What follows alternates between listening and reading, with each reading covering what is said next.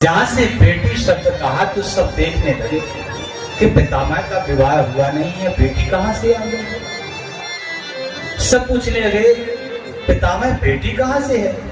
आप कह रहे हो कि मेरी एक बेटी है। पितामह ने कहा है बेटी, मेरी बुद्धि बेटी है, क्योंकि मैं अपनी बेटी को अंत समय में भगवान के चरणों में समर्पित कर रहा हूं। क्योंकि जब जीव का अंत समय आता है मरने का, तो वो भगवान को याद नहीं करता, वो संसार को याद करता है, बुद्धि बिगड़ जाती है। तो अंतिम बेटी जो जीव की बुद्धि है वो बिगड़ जाती है। जब बेटी बिगड़ती है तो वो व्यक्ति भी बिगड़ जाता है।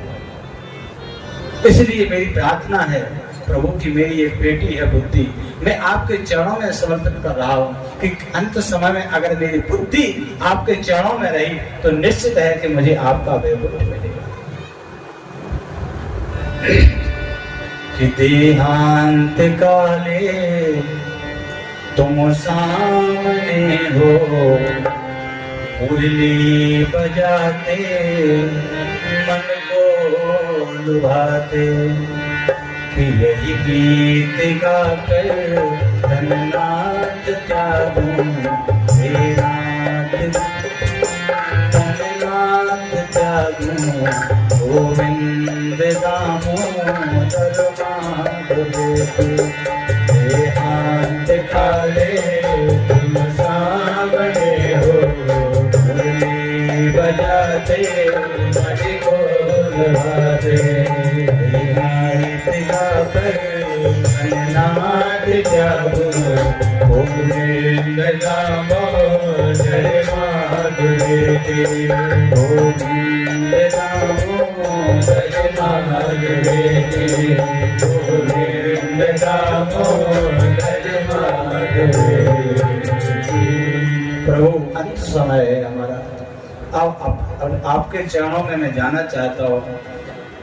आज विश्व पितामह ने सुंदर स्तुति गाई, इतिमति रूप कल्पिता पितृष्णा, भगवती सातत कुंभ में विभूमि, ससुखम प्रगते क्वचित् तुम,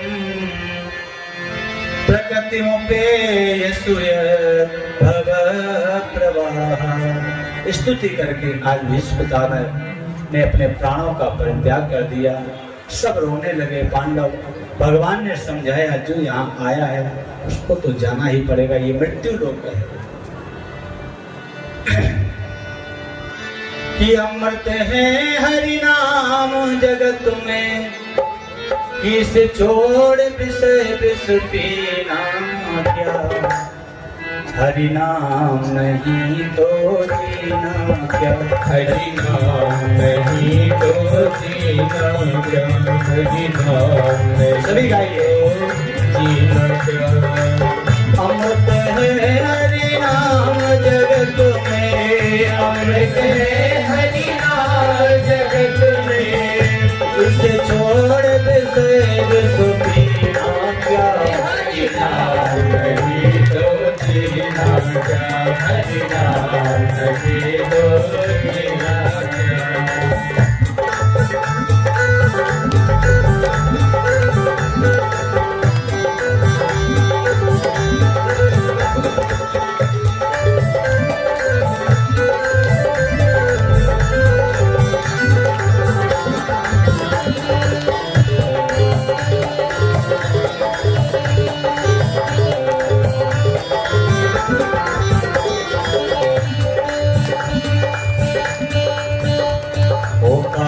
सदाय पुणे रस घोले, काल सदाय पुणे रस घोले, काल सदाय पुणे रस घोले, ना जाने कब सिर चढ़ बोले, ना जाने कब सिर चढ़ बोले, ना जाने कब सिर चढ़ बोले। हरि का नाम जपो निस दिन को, हरि का नाम जपो निस दिन को, अगले समय में होना क्या, हरि नाम नहीं तो जीना क्या, हरि नाम नहीं तो जीना क्या।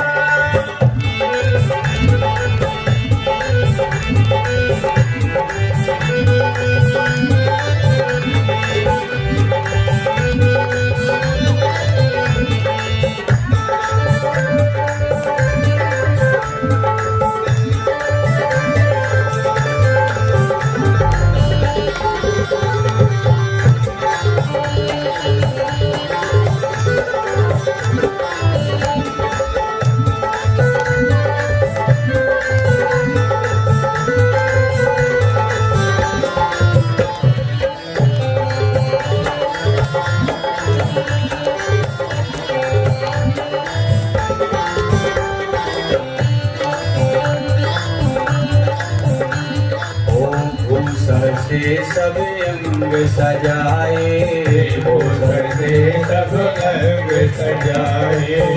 अच्छा, कितने लोगों को सोना चांदी पहनना पसंद है? जरा हाथ उठाओ।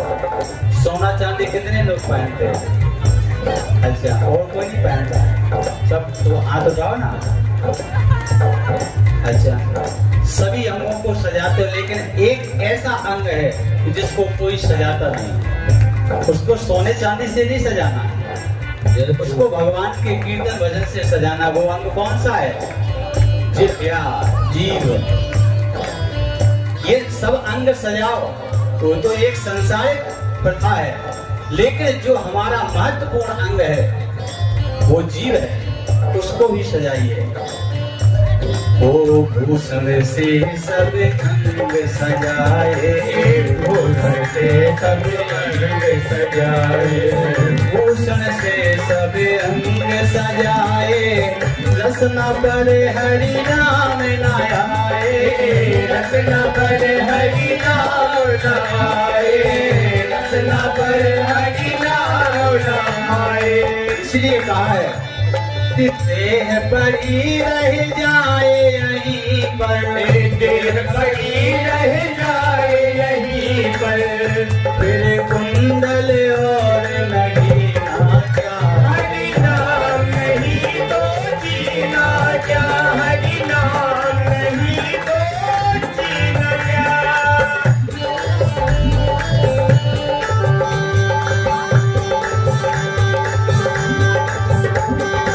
हरि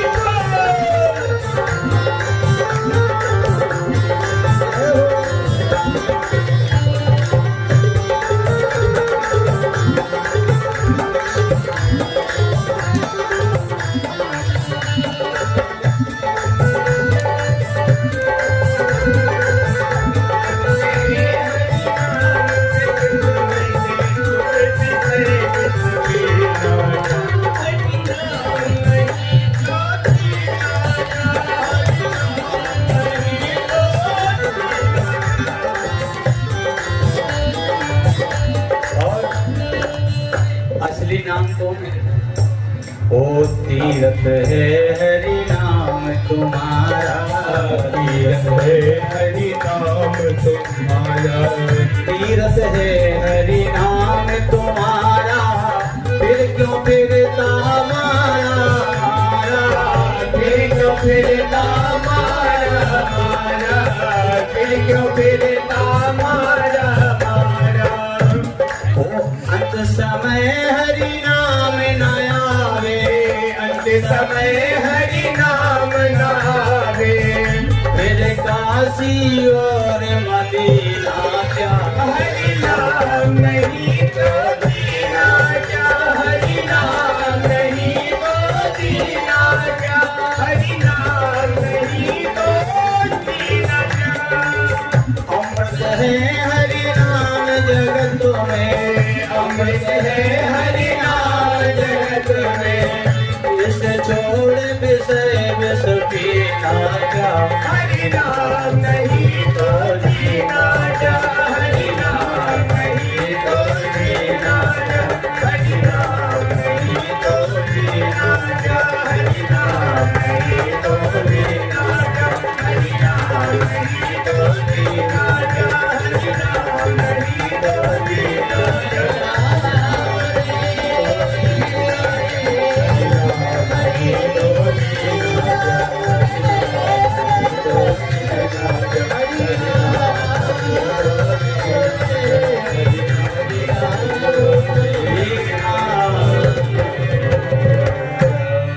हरि नाम नहीं तो जीना क्या। बात सब है। कोई ऐसा है कि कोई कहे कि अगर भगवान का नाम नहीं है तो फिर जीना नहीं। अगर धन नहीं है, दौलत नहीं है, सोना चांदी नहीं है तो फिर जीना क्या। ऐसा हो गया। आज भीष्म पितामह ने अपना शरीर का परित्याग किया, सभी को माधव ने समझाया। इधर सब पांडव जब जाने लगे तो उस समय माधव ने कहा कि अभी जाना उचित नहीं है, जब हमारा यहाँ कोई राज्य संभालने के लिए आ जाए तब आप लोगों का जाना उचित है।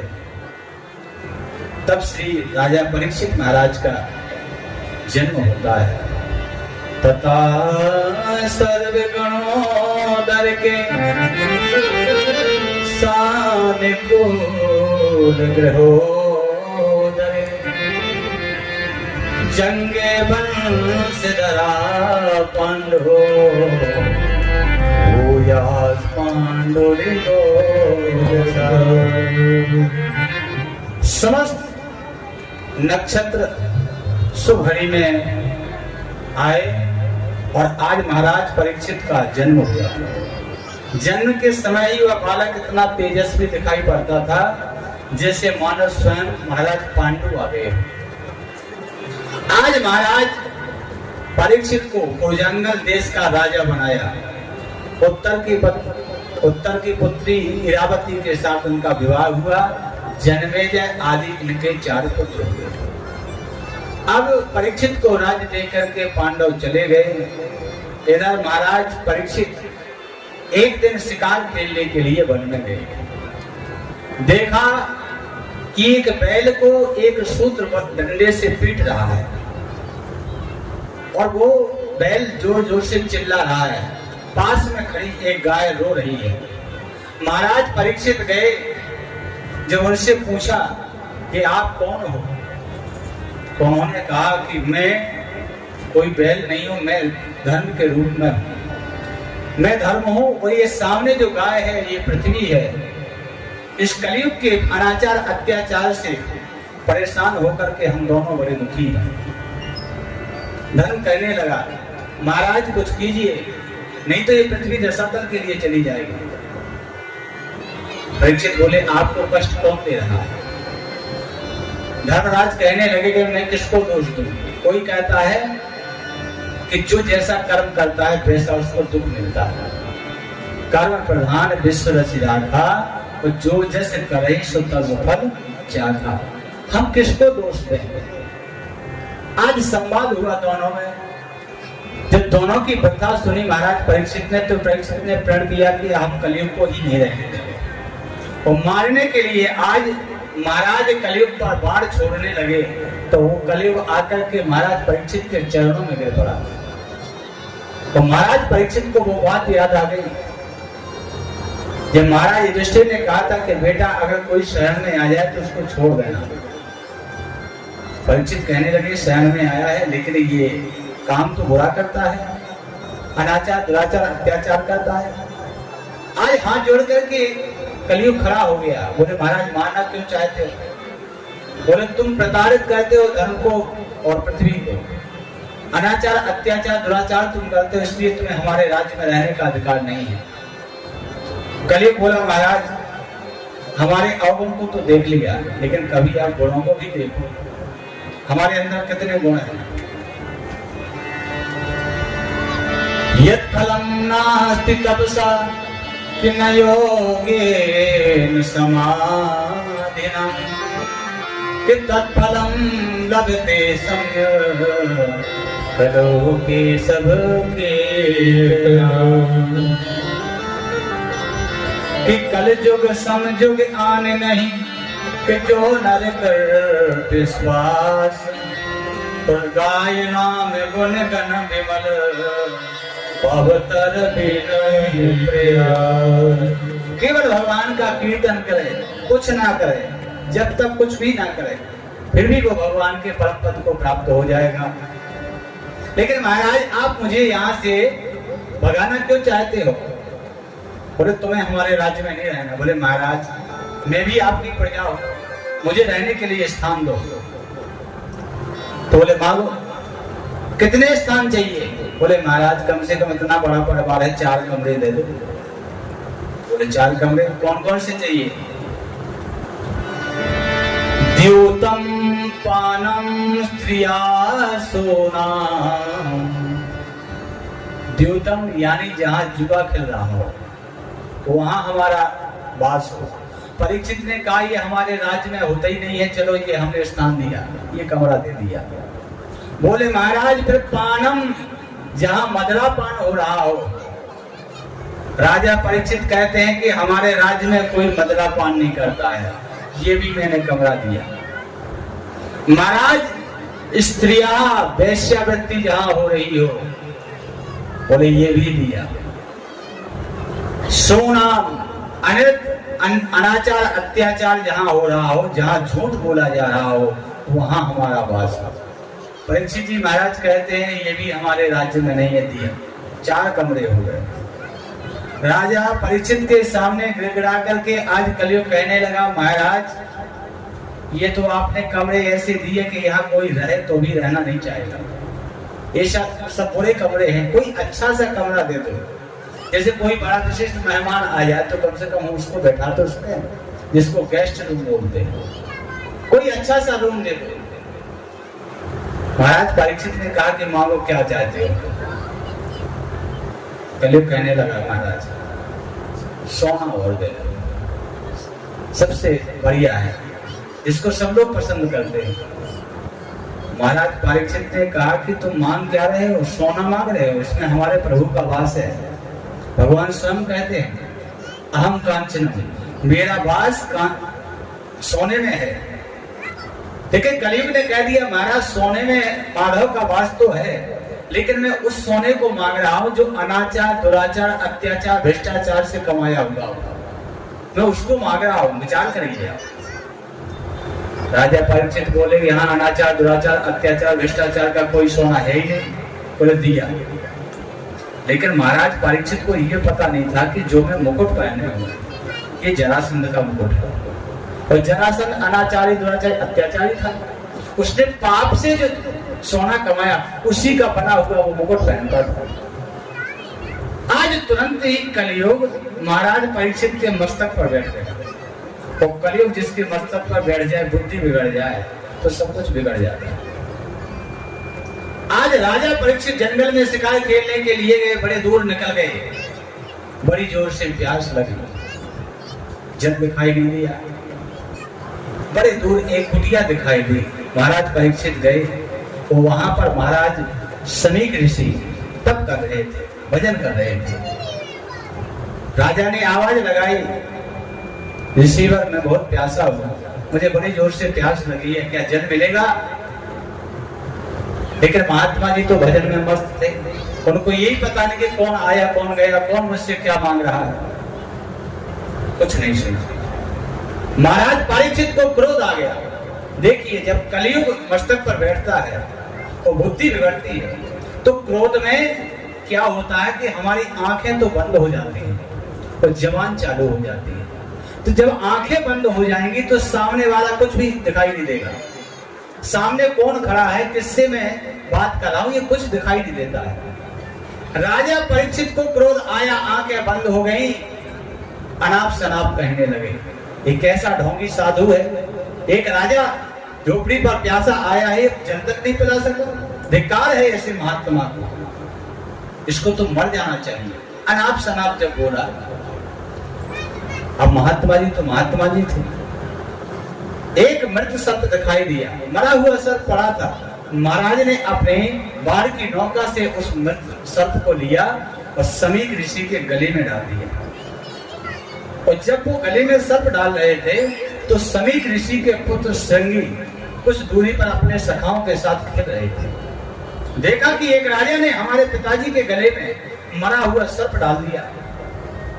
तुरंत आए, हाथ में जल लिया, श्राप दे दिया कि यही जो सर्प है मरा हुआ, जो मेरे पिता के गले में डाला है, यही तक्षक सर्प तुम्हें 7वें दिन डस लेगा, जिससे तुम्हारी मृत्यु हो जाएगी। ये श्राप दे दिया। महाराज परीक्षित को कुछ ध्यान नहीं था कि मैंने किसका अपमान किया, श्राप कैसे मिला, कोई पश्चाताप नहीं, सीधे चले गए। जब समीक मुनि के नेत्र खुले, उन्होंने देखा कि हमारा बालक हमारे सामने रो रहा है। पूछा बेटा तुम रो क्यों रहे हो, क्या बात है? बेटे ने सब कह दिया कि एक राजा आए थे परीक्षित और आपसे वो जल मांगते हैं, लेकिन आप भजन कर रहे थे, क्रोध में आकर के उन्होंने तुम्हारे गले में मरा हुआ सर्प डाल दिया, मुझे भी क्रोध आ गया, मैं पिता का अपमान नहीं सह सका पिताजी। तो बेटा तुमने क्या किया? हमने भी श्राप दे दिया कि यही तक्षक सर्प तुम्हें 7वें दिन डसेगा। जब समीक ऋषि ने सुना, कहने लगे बेटा तुमने ये क्या कर दिया? वो हमारे राजा हैं, हम उनकी प्रजा हैं, उनके राज्य में रह रहे, राजा को श्राप देने का अधिकार नहीं है हमारे पास। श्रृंगी कहने लगे अब जो होगा सो होगा, अब क्या किया जाए? समीक ऋषि ने अपने शिष्यों को भेजा, जाओ राजा से कहो कि हमारे बेटे से बहुत बड़ी गलती हुई। आज श्रृंगी से शिष्य गए राजा परीक्षित के पास तो प्रार्थना करने लगे कि महाराज हमसे बहुत बड़ा अपराध हो गया, मैंने आपको श्राप दे दिया, मैंने पहचाना नहीं आपको। आज परीक्षित जी महाराज कहने लगे हे ऋषि कुमार, तुमने तो मेरा भला कर दिया, तुमने तो मेरा उद्धार कर दिया, उद्धार का रास्ता दिखा दिया। पर मरना 7 दिन में सबको है। जैसे आपने मेरी मृत्यु को निश्चित कर दिया कि तुम्हारी मृत्यु 7वें दिन होगी, लेकिन संसार के किसी भी व्यक्ति को यह अभी तक पता नहीं कि हमको मरना कब है। लेकिन आपने मेरे ऊपर इतना बड़ा उपकार किया कि मेरे मरने का दिन आपने निश्चित कर दिया। तो अब तो आप मुक्ति का कोई ऐसा उपाय बताइए जिससे हमारा इस मृत्यु को हम सुधार सकें। व्यक्ति सब तैयारियां करता है, विवाह की तैयारी करता है, भागवत की तैयारी करता है, सब कुछ तैयारी, बर्थडे की तैयारी करता है, एक वर्ष पहले से चलती है विवाह की तैयारी। लेकिन एक बात बताओ, मरने की किसी ने तैयारी की कि हमको मरना भी है? ये आपको ध्यान है? ये तो सब कहते कि एक ना एक दिन तो जाना है, लेकिन जाने के लिए क्या करना है ये नहीं जानते। तो 7 दिन के अंदर सब मरते हैं, रविवार, सोमवार, मंगलवार, बुधवार, गुरुवार, शुक्रवार और शनिवार, 7 ही दिन है। राजा परीक्षित को 7वें दिन मरने का श्राप लगा था, और 7 दिन के बीच में हमें मरना है। अंतर इतना है कि राजा परीक्षित को 7वां दिन मरने का पता चल गया था, लेकिन हमको पता नहीं है कि हमको कब मरना है। आज कथा में आप बैठे हो, कल बैठ पाओ ना बैठ पाओ कोई गारंटी नहीं है। हम आज कथा बोल रहे हैं, कल बोल पाए ना बोल पाए, 1 घंटे 1 क्षण के बाद हम कथा कह पाए ना कह पाए, कोई गारंटी नहीं है। तो मरने का कोई ठिकाना नहीं है। इसलिए राजा परीक्षित कहते हैं कि आपने तो मेरे ऊपर बड़ा उपकार किया, जो मेरी मृत्यु का दिन निश्चित कर दिया, मेरी मुक्ति का दिन निश्चित कर दिया। लोग कहते हैं कि मृत्यु अमंगल होती है, मृत्यु कभी अमंगल नहीं होती है। एक उदाहरण से सोचो, आप जिस सेठ से आप उधारी लेते हो, किसी भी सेठ से आप उधारी लो, उसका कर्ज चुकाओगे कि नहीं? आपको एक ना एक दिन उसकी दुकान पर जाना पड़ेगा। उसी प्रकार से हम परमात्मा रूपी सेठ के यहाँ से आए हैं, संसार में हम व्यापार चला रहे हैं, उधार लेकर के आए हैं, तो उधारी तो लेने जाना ही है, लेकिन भूल जाते हैं संसार में आकर।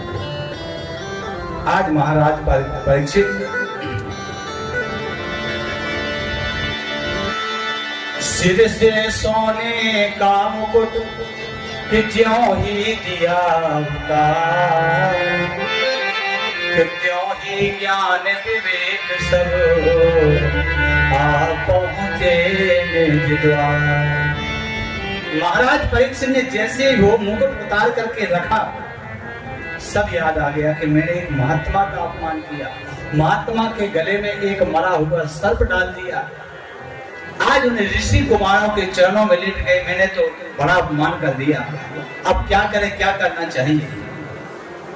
उसी समय शीश चढ़ाया साथी को, दिया महल को त्याग, और एक बार में कर दिया ममता से वैराग।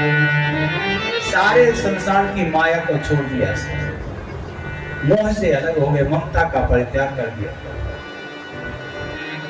कि जन्मे जय को राज दे, भूप परीक्षित वीर, कि जा बैठे योगीश बन श्री गंगा जी के तीर। अपने पुत्र जन्मे